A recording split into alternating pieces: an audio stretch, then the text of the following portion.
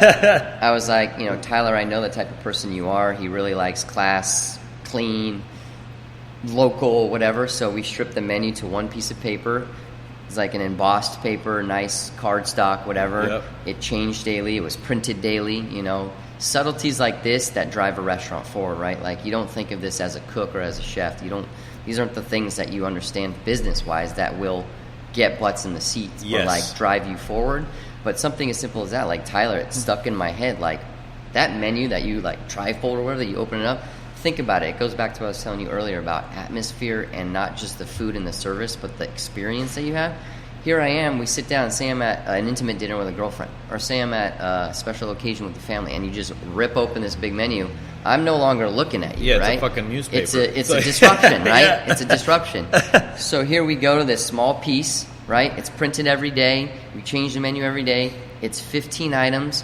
It's market-driven. I'm amongst all my colleagues, like, same thing. I'm in the market, 3-4 times a week. We're, driving the menu with whatever's in season, so on and so forth. That was what was needed at Wayfair. Wayfair was just a machine pumping it out day in and day out. Yeah. Riding on their fried chicken, riding on their deviled eggs. And they just needed that love, that chef drive in there. Somebody who really wanted to, like, infiltrate, take the service level, and, like, bring everybody as a, camaraderie. Like, it was very, very tough. And there was, like, 60 some odd, 70 employees. Yeah, that's tough. It's huge. Open 7 days a week? Open 7 days a week. That's even tougher because it's like... No breath, too. All off. day long. 7 days a week, all day. Yeah. You know what I mean? To me, I preached and I preached and I cried to at least get, like, closed from, like, 2:30 to, like, 5, or do an abbreviated menu or whatever. Because the flip of the kitchen was just annoying. Yeah, the flip of the front of the house was annoying. You got servers like, the morning servers didn't leave me napkins and blah, blah, blah, and, like, they're fighting. Yeah, and, like, the PM cooks are coming in on the AM cooks, and it's like a clusterfuck at 3 o'clock because there's, like, 15 cooks on the line. Yeah. And it was Wayfair's a tiny kitchen.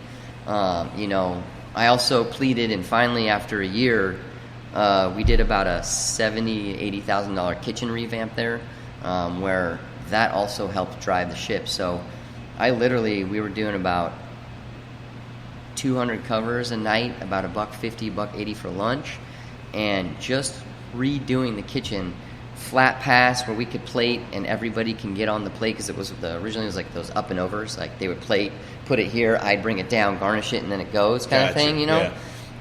Wasting just, seconds. Yes. Yeah. To a flat, now I can plate with you. You can pass me sauces and blah, blah, blah. If you're in the shit and need to pay attention to something, I can help you. Yeah. Exactly. Wayfair also turned me on to, like, not necessarily needing an expo, like a chef sitting on the outside. Like, I am now, like, a working chef, like, here at Tribune. You'll see me, I'm on the line and I'm expoing from the line and helping. I'm, like, literally afloat. If you will, getting in each station, touching, feeling, tasting. To me, I think that's more vital than somebody sitting at the pass going, dude, that was hurry up here, or let's go here. That was the biggest disconnect with me at Charter Oak, because, like, you had to expo, so it's like, and you're on a headset. So that's even...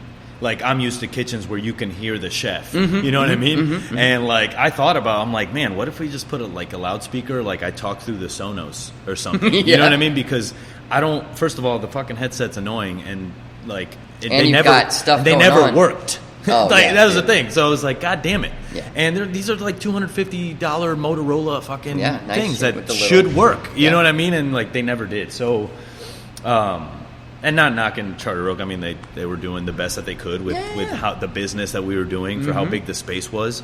But it was just like, I am not down with this. Like, I need to be on the line. I need to feel that heat behind me and be able to look over and be able to, ask my cook, hey, is this like this? And if he tells me an answer that I don't think is true or whatever it is, I'll go over there and just feel it, and just touch it. And, like, it got to the point where it'd be like, servers would bring plates up to the pass, and I'd be like, no, that's not good. Like, bring it back. Bring it back. Okay, now I gotta bring it back. Fucking, and it adds 2 minutes to the pickup, where it's like, dude, we're doing 400 covers. We don't have time for this shit. Yeah. You know what I mean? Exactly. So it's definitely tough. So I like that situation. Yeah, it was. Wayfair took me to even further next step in my career as a chef. Now I say like Wayfair took me into the step of being like a restaurateur or a chef, not owner, but like, chef operator. Yeah. A business-minded chef. A business-minded chef, Which I would say that right now we're probably at a bigger percentage of those people. Yeah. But we're not where we need to be. Not where we need to be, and people, I think, were forced into it because of the pandemic. Because pandemic, yeah. You start like, started opening LLCs and like, oh, okay, this is how you like start a business, and this is how you do this, and this is how you do your taxes, and it's like, and that's all the stuff I was telling you about earlier, that Darren and I, in the opening of Tribune, this is stuff that I'd never done before. And, thank God, like, another shout out, Kim Alter, Ron Boyd, like my culinary parents, like, they, she gave me our lawyer, our restaurant lawyer, our connection for a lawyer. Like, if you're opening a business, you better be represented. Like, that's first and foremost, for sure. There's a lot of legalities to spaces and leases and blah, blah, blah, blah, blah. They hooked us up with, contractors, plate people, all this sorts of stuff that you don't think about when you're in the hustle and bustle of a moving restaurant. Like, when you come in as a chef, you just have to worry about food costs, labor costs, plates, menus, blah, blah, blah. And Wayfair, I started to get lifted out of that. I was like going into P&L meetings. I was in the partner meetings. Tyler like had me close knit to him, talking about like ideas of like other projects and blah, blah, blah. Like in the Mina Group, towards the end of my time there, I was helping them open restaurants. I opened Bourbon Steak LA. I helped open Pabu. We saw a lot of projects come through the Westin St. Francis, like Pabu Baltimore, Wit and Wisdom in Baltimore. A lot of projects came through. Like, that's how the Mina Group operates. Like, if there's a restaurant that's doing it right, they kind of bring the team there. They see how it's done, and then they go open. Gotcha. They also did, at one point, I think they had Mina Test Kitchen, which was like taking that idea even further. So they would like they had the space in San Francisco called Test Kitchen where they would test the concept. It's like the R&D kitchen. Exactly. Got you. If it worked, boom, we opened this restaurant kind of thing.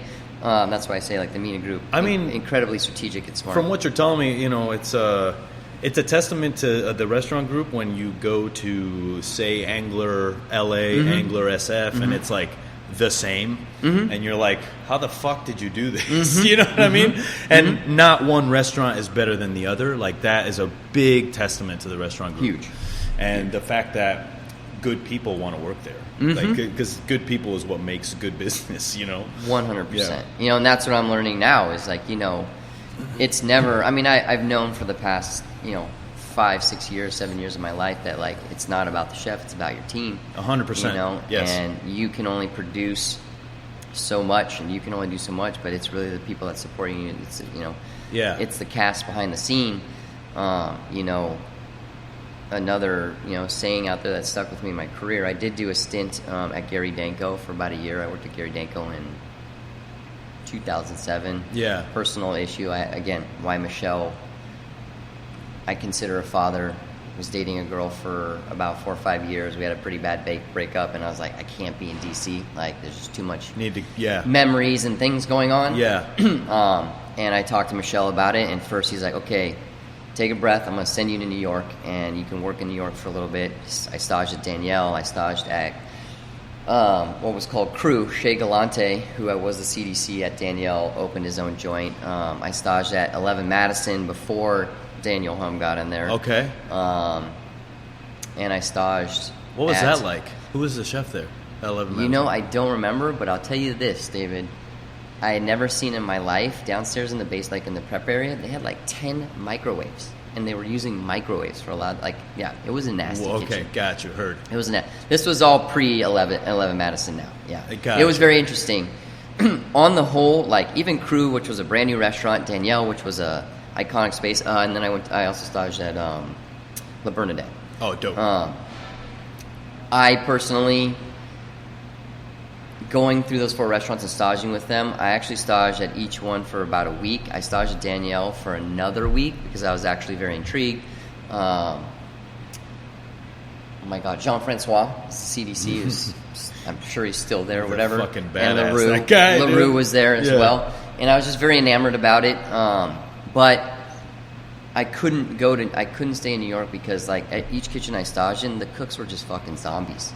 And I'm like, I need to have a work-life balance. Like, you know, I still have that drive and that thirst for pushing, but like these guys were working 6 days a week, 14 hours a day, like, and Sunday was their day off, and literally they just slept and did laundry. And it's like, I'm like, that's not really like my speed. Went back to DC, and Michelle's like, wait, what do you want to do? I was like, listen, I'm going to probably just go back home for a little bit, see what's going on, and then we can kind of touch base, whatever. So I came back here.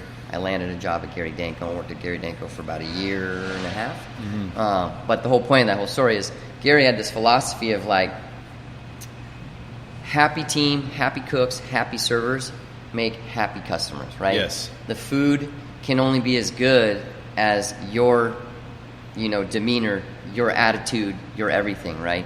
And that has stuck with me through my career to here.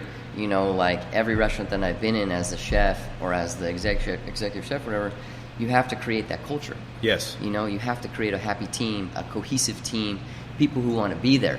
You got to drop the dead weight. You got to, you know, keep moving with these people that are going to help you drive, or else you're never going to get anywhere. Yes. Never get anywhere. And so, like, it just brings it to, you know, Tribune, where we're trying to foster and bring a team together, bring culture together, and really make this place special. You know, while I was at Wayfair, which was my last restaurant before starting to work on these projects, it was very tough because you're working high volume, and I don't know if you experienced this at Charter Oak, but it's like you just got so much shit going on, and you're doing all these numbers. There's no time to breathe. You can't There's no time to stop. Yeah. You know what I mean? Like, I remember it was just exhausting, and I felt more for the cooks. Yeah. Especially my hearth guy, whoever that was at the time. Oh, front and center, man. Yeah. Shout out to Grant Montague.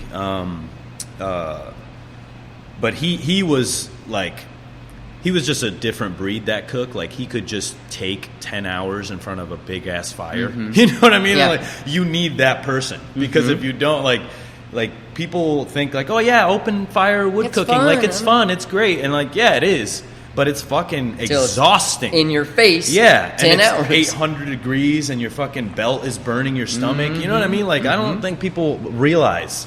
And like, that was the biggest thing to me, was like, doing numbers is great, but you need to have the staff to be able to do it. You need to be able to switch out your cooks at 6 hours, like, and just be like, all right, cool, just go prep. Like, they'll come in and work the line for the next 6 hours, and then we'll be good. But that was the biggest part, or I guess issue with doing large numbers, was like, how do we fucking make it better for them and make it more fun? And that's, you know, I have a cook here, Monica. She was with me she was at Wayfair when I started. She was a line cook there. And I saw right off the bat that she had the thirst. She was eager. She wanted to learn. She wanted to push. She wanted to drive. She didn't care what it took. She's now here with me at Tribune. We're getting ready to make her a sous here. Dope. Congratulations. Yeah. She was a sous with me at Wayfair. So basically, when I got to Wayfair, I didn't touch a pan. I didn't change the menu. I didn't do shit for almost 4 months. I cleaned top to bottom. I just went in there. I was just like, okay, we got to reorganize. We got to figure out how this can be efficient. And I cleaned. I lost a lot of staff due to that. 100%, yeah. A lot of the cooks were like, who's this chef? Yeah. He's not changing the menu. He's not doing think it. He blah, is? blah, blah. Yeah. And I'm like, listen, guys. Cooking starts with organization. Cooking starts before you put anything in the pan, right? It starts with what your walk-in looks like, how your walk-in's organized, where your trash goes, how your dish team is doing, so on and so forth. Monica saw that, and she stuck through it all. She saw that team change, rove, develop, all the way till when I left Wayfair. Point being is she's here now, and I brought her here, and the reason she's with me and waited so long to come to this restaurant, let alone our other project, is now I have the opportunity where I can actually breathe with her. I can train her. She was a sous at Wayfair with me, but she was just basically plugging and playing. She was working at a station, putting in orders, helping us just get through the day. Yeah. Help changing the menu and doing things like that. Here, she opened up with us. She's been working a station. She's been understanding the systems and how to fill out station lists, how that station list gets transferred to the general prep list, how we do sous lists, how the walk-in should be organized, how a clean kitchen should look, how we should treat our equipment. Things that I didn't get to stop and do with her at Wayfair, she is now getting that opportunity here, and that's the culture, and that's what I want to create. That's what I wanted to do.